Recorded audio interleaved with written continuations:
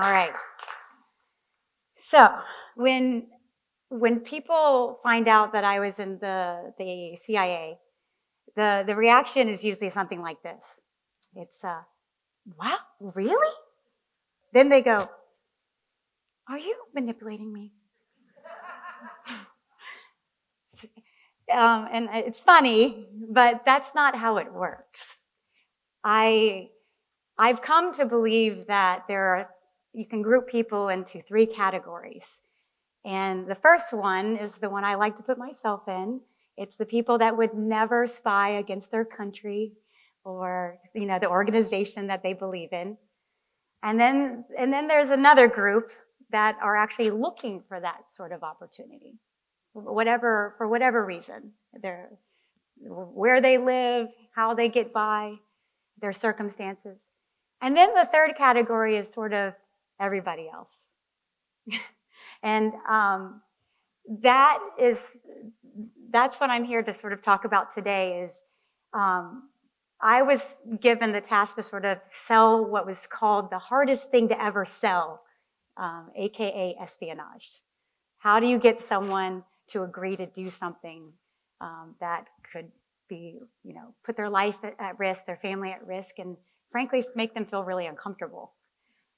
So I tend to think that the way that I went about recruiting sources and selling espionage comes down to building social networks. And that's what I want to talk to you about today in the form of stories and sort of building upon how I learned how to do that and how the things that I took away from it. These are based on my experiences and my observations.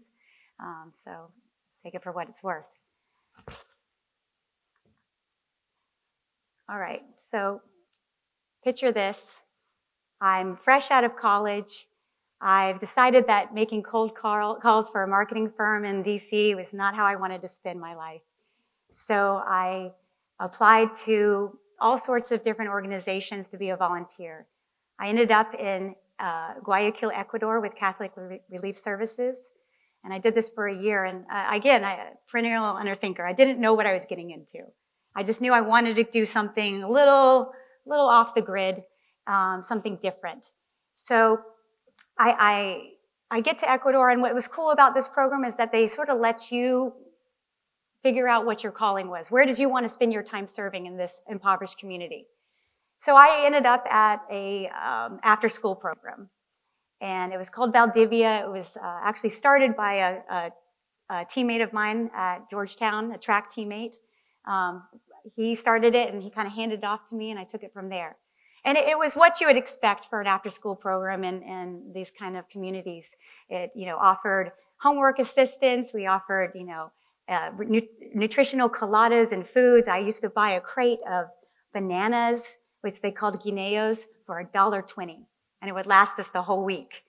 And we'd play games, we'd do educational talks, all sorts of things, just sort of trying to provide a way to keep these kids off the streets and, out of high-risk behavior, drugs and other things.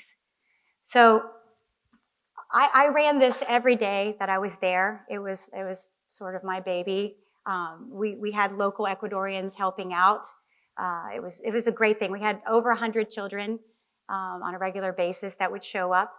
And, it was going smoothly, but it wasn't at the full picture. It wasn't enough. I felt like there was parts of these kids' lives that I didn't understand.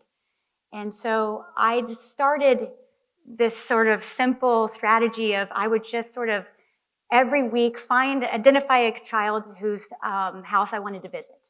And I'd start by just sort of saying, hey, can I walk you home one day? Can I meet your parents? And it was sometimes it was a slow roll. Sometimes they were welcoming me in.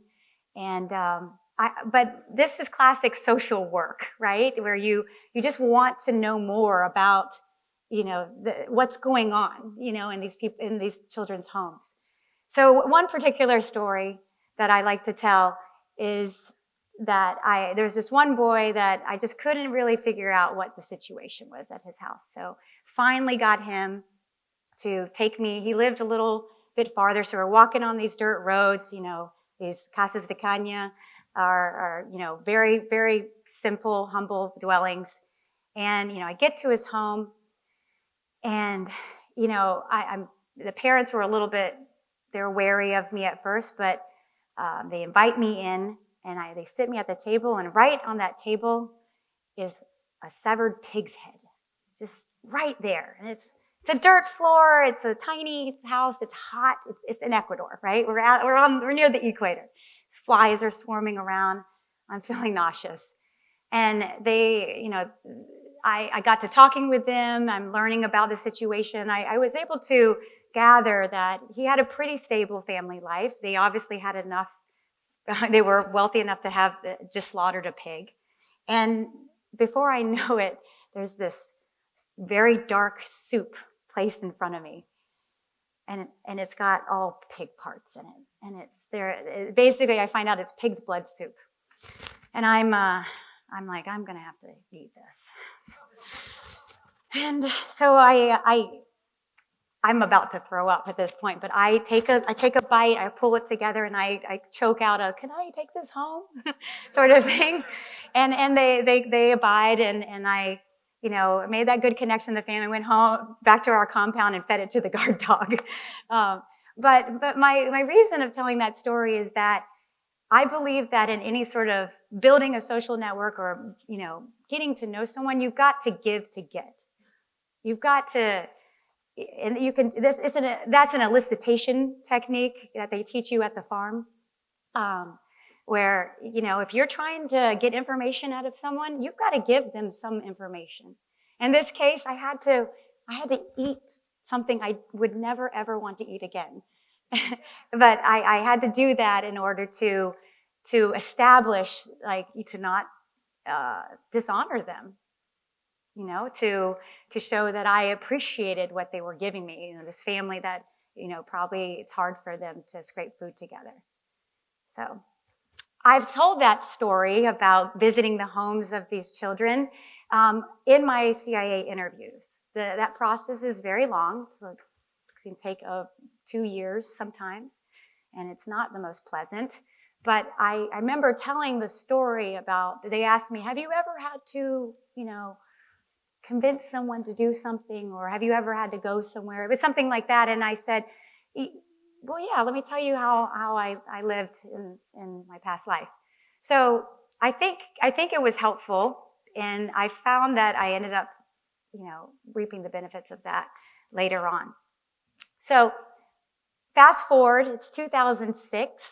I am a recent graduate of the farm, and I'm a newly minted case officer. I'm ready for my first assignment, and it's like a reality TV show. You walk up, you get an envelope, and it's like, boom, that's where you're going next. So it was exciting. It was an exciting time, and I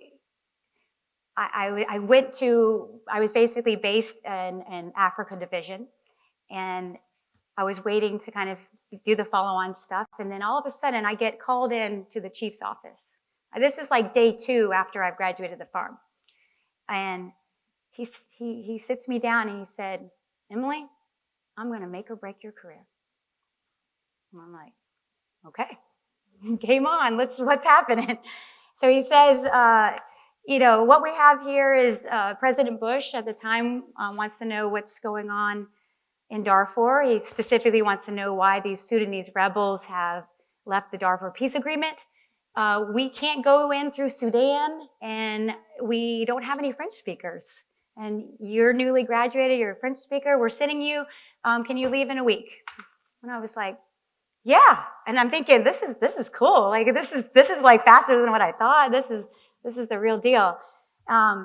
So that was happening, and I didn't know anything about Chad. I didn't know anything about Sudanese rebels. I barely, knew where Darfur was. But I went to the library, and I started looking for books. There were 3 books. One had nothing to do with it. One was called Emma's War, which was a fascinating story about a British woman who married a rebel and, lived there. And then the other one was actually some historical stuff about camel herders and farmers and how, it's created this huge problem for resources. But it really wasn't what I needed. You know, I needed to know where the Sudanese rebels were and how to get to them. So I'm sitting there, and I know I've got a few days left, and I've gone to REI. I've got my camping gear, and I'm like, how am I going to figure this out? So I walk across the hall because I'm in the director of operations, and we don't really like to talk to the director of intelligence across the hall. But I went ahead and said, I'm just going to go talk to them. Maybe someone knows something. So lo and behold, I come across this really nerdy guy. He had just gotten back from Chad. Imagine that. I'm like, can I take you to lunch? I just picked his brain.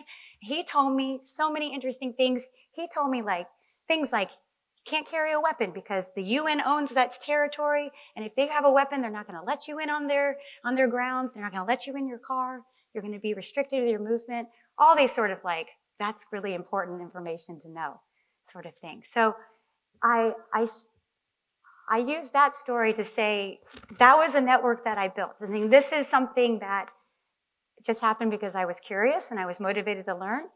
And, this is sort of indicative of the actual 9/11 problem, right? Remember, we didn't connect the dots between intelligence agencies. Well, we weren't even connecting dots within our own agency.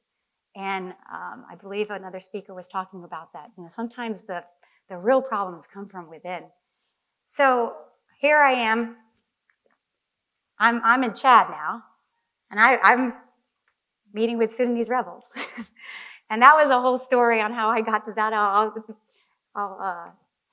I'm not going to get into that yet, but maybe for another time. But the short story is that I found them, and I didn't find them on my own. I had to befriend this person and befriend this person and ask them that and then get to that. I mean, it was a long process, but eventually, a guy in a black car named Muhammad picked me up on the street corner, and next thing I know, I'm in a compound with my shoes off, drinking, Pepsi in Arabic, talking to him, and I just said, can you tell me why you left the Darfur peace agreement? So I just asked him the question that the president wanted to know, and then I wrote a report about it and went back home, and everyone was like, I can't believe you found those rebels. And went crazy about it. So anyway, that was that. This is actually one of the friends that I made. She was another Emily, State Department, had been there for a long time and just knew everything inside and out. And she was a real asset. So where from here? So I went on to another station in Cote d'Ivoire, and I had a day job that was the U.S. Embassy, and that was its own sort of network that I had to build, because I went in there thinking Team America, here we go, we're all on the same team. It doesn't work that way, People are doing things for different reasons. So what did I do in order to meet people? Because that's what my job was about. I wanted to meet people. I wanted to know what they were thinking. I wanted to figure out who they knew so I could get to the actual national intelligence objectives that we were trying to get information on. So one of the things that I did with a bunch of state colleagues is that we created a huge scavenger hunt in the city. We called it the Hunt d'Ivoire, or Cote d'Ivoire. And we had all these embassies participating. It was great because there's not a lot of things going on in West Africa. So this is only game in town. But I say this because that's sort of the inspiration for the scavenger events that you see at GoRuck today. So where does this bring me today? Here we are at Sandlot, building a community of communities. And I think in order to build this, you have to give to get. You have to stay curious, and you have to kind of lead people in the direction they want to go. Thank you for coming to my Fit Talk.